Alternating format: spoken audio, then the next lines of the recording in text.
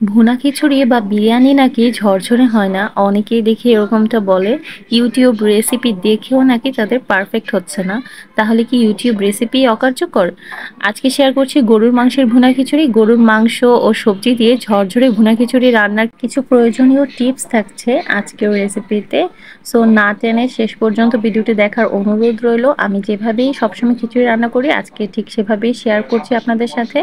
প্রথমেই হচ্ছে আমি এখানে গরুর মাংসটা আগেই রান্না করে নিচ্ছি। গরুর মাংস সবসময় যেভাবে আমরা রান্না করি ঠিক সেভাবেই সব মসলা দিয়ে এটাকে কষানোর জন্য ঢাকা দিয়ে রেখে দিলাম। আর একপাশে হচ্ছে আমি এখানে খিচুড়ি রান্নার জন্য চাল ডাল নিয়ে নিয়েছি পরিমাণ মতো। এখানে আজকে আমি ২ রকমের ডাল ব্যবহার করছি, মুসুরির ডাল আর মুগ ডাল। তো যে পরিমাণ চাল আমি ব্যবহার করেছি তার অর্ধেক পরিমাণ হচ্ছে ডাল ব্যবহার করেছি। এবার ডাল চাল ধুয়ে নেব। আর ফাঁকে দেখে নিচ্ছি আমার মাংসটা কষানো হয়ে গেছে কিনা।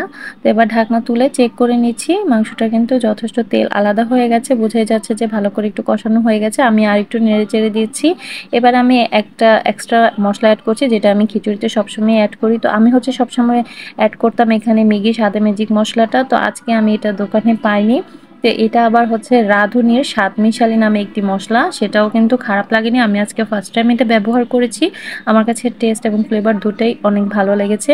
তো একই রকম লাগছে মোটামুটি স্বাদে ম্যাজিকের মতোই। তো এটা আমি পুরোটা ১ প্যাকেট দিয়ে দিচ্ছি। এবার নেড়েচেড়ে মিশিয়ে দিলাম। আর এবার এক্সট্রা একটা ইনগ্রিডিয়েন্টস অ্যাড করছি, সেটা হচ্ছে ১ চামচ বড় চামচ দিয়ে চিনি দিলাম। চিনিটা আমি মাস্ট সবসময় ব্যবহার করি। আর চিনি দেওয়ার কারণে কিন্তু ভুনা খিচুড়ি বা বিরিয়ানি সবসময় ঝরঝরে থাকে। বাবুর্চিরা এই চিনিটা ব্যবহার করে। তো এবার আমার মাংসটা কিন্তু অলমোস্ট রান্না হয়ে গেছে। আমি এখানে কিছু আলু অ্যাড করছি। আলুটা অবশ্য এখানে আমি আমার প্রয়োজনে অ্যাড করছি। আমার পরিবারের সবাই হচ্ছে আলু দিয়ে ঝোল করে আলাদা করে গরুর মাংস দিয়ে খিচুড়িটা খেতে পছন্দ করে। তো আমি এখানে যেহেতু পুরোটা মাংস খিচুড়িতে ব্যবহার করব না, অর্ধেকটাই ব্যবহার করব, তাই আমি হচ্ছে আলুটা এখানে দিয়ে দিচ্ছি। পরে হচ্ছে আলুটা বাদ দিয়ে মাংসটা আমি খিচুড়িতে দিয়ে দিব। তো এটা একান্ত আমার ব্যক্তিগত পছন্দ আরকি। আপনারা কিন্তু চাইলে এখানে আলু ছাড়াও মাংসটা রান্না করে খিচুড়িতে অ্যাড করতে পারবেন, কোনো সমস্যা নেই। তো এবার আমি ঢাকা দিয়ে দিলাম সবকিছু ভালো করে সিদ্ধ হয়ে যাওয়ার জন্য। আর এখানে একটা হাঁড়ির মধ্যে হচ্ছে আমি গরম মসলা আর পেঁয়াজ কুচি দিয়ে দিচ্ছি। এবার হচ্ছে পেঁয়াজ কুচি ভেজে নেব ভালো করে। পেঁয়াজটা ভালো করে ভাজা হয়ে যাওয়ার পর এখানে বাটা মসলা দিয়ে দিচ্ছি। আদা রসুন বাটা একসাথে করেই দেওয়া ছিল, আর হলুদ মরিচের গুঁড়া অ্যাড করছি। তো এখানে যেহেতু চালের পরিমাণ ডালের পরিমাণ বেশি, সে কারণে কিন্তু একটু মশলাও বেশি বেশি যাচ্ছে। আপনারা আপনাদের প্রয়োজন বুঝে দিবেন। আমি এর সাথে দিয়ে দিলাম এখানে জিরা ধনিয়া গুঁড়া। তারপর একটু পানি দিয়ে মশলাটা কষিয়ে নিচ্ছি ভালো করে। আর এই পর্যায়ে আমি লবণটাও দিয়ে দিলাম। আর সাথে দিয়ে দিলাম আবারও ১ চামচ পরিমাণ চিনি। যেহেতু গরুর মাংস ব্যবহার করেছি, চালের কষানোটাতেও কিন্তু ব্যবহার করতে হবে। আর এখানে দিয়ে দিচ্ছি আমি কিছু সবজি। তো বাসায় যে সবজিটা অ্যাভেলেবল ছিল সেটাই দিয়েছি। কাঁচামরিচও দিয়ে দিলাম কয়েকটা।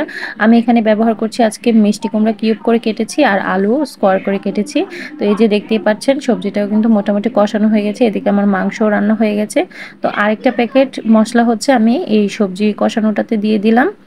তো আপনারাও কিন্তু এইভাবে অবশ্যই খিচুড়িটা রান্না করবেন, দেখবেন যে টেস্ট এবং ফ্লেভার অনেক ভালো হবে। তারপর হচ্ছে ধুয়ে রাখা চাল ডাল আমি এখানে দিয়ে দিচ্ছি। সবজিটাও আমার অলমোস্ট সেদ্ধ হয়ে গেছে, যেহেতু পরবর্তীতে কিন্তু এটা আবার কুক হবে, আবার কিন্তু সিদ্ধ হবে। তো এটা হচ্ছে ব্যালেন্স করে আপনার দিতে হবে। এবার চালটা খুব ভালো করে ভেজে নিতে হবে, এটা আমরা সবাই জানি। ভালো করে চাল ভাজা না হলে কিন্তু খিচুড়িটা মোটেও পারফেক্ট হবে না, ঝরঝরেও হবে না। কিন্তু আজকে কিন্তু মূলত আমার ইন্টেনশন ছিল একটু পাতলা করে খিচুড়িটা রান্না করব, কিন্তু যাই হোক আমার হয়ে যাচ্ছিল আজকে শুধু ভুনা খিচুড়ি। আমি যতই পাতলা করতে চাচ্ছিলাম কোনো লাভ নেই, ভুনা খিচুড়ি হয়ে গেছে আমারটা অলরেডি। আর অনেকের নাকি ভুনা খিচুড়ি হচ্ছে না। তো এই জন্যই হচ্ছে আমার আজকে ভিডিওটা করা। তো দেখিয়ে নিয়েছেন আমি কিন্তু মাংসটাও অ্যাড করে দিয়েছি চাল ভাজা হওয়ার পর। তারপর হচ্ছে পানি দিয়ে দিলাম। আর এখানে একটু লবণের পরিমাণটা কম মনে হচ্ছিল, লবণটা দিয়ে এবার হচ্ছে ঢাকা দিয়ে দিলাম। আর অলমোস্ট আমার খিচুড়ি কিন্তু হয়ে গেছে। তাই এবার হচ্ছে নেড়েচেড়ে উল্টে পাল্টে দিতে হবে। একই প্রসেসে যেভাবে সবসময় আমরা বিরিয়ানি রান্না করি, খিচুড়ি রান্না করি, ঠিক একইভাবে উল্টে পাল্টে নিচের রাইসগুলো উপরে তুলে দেবো। আর এভাবে করে কিন্তু চাল ডাল সবকিছু সিদ্ধ হয়ে গেলে কিন্তু খিচুড়িটা রেডি। তো আমি এখানে হচ্ছে ধনিয়া পাতা অ্যাড করে দিলাম একটু এক্সট্রা স্বাদ আর ফ্লেভারের জন্য।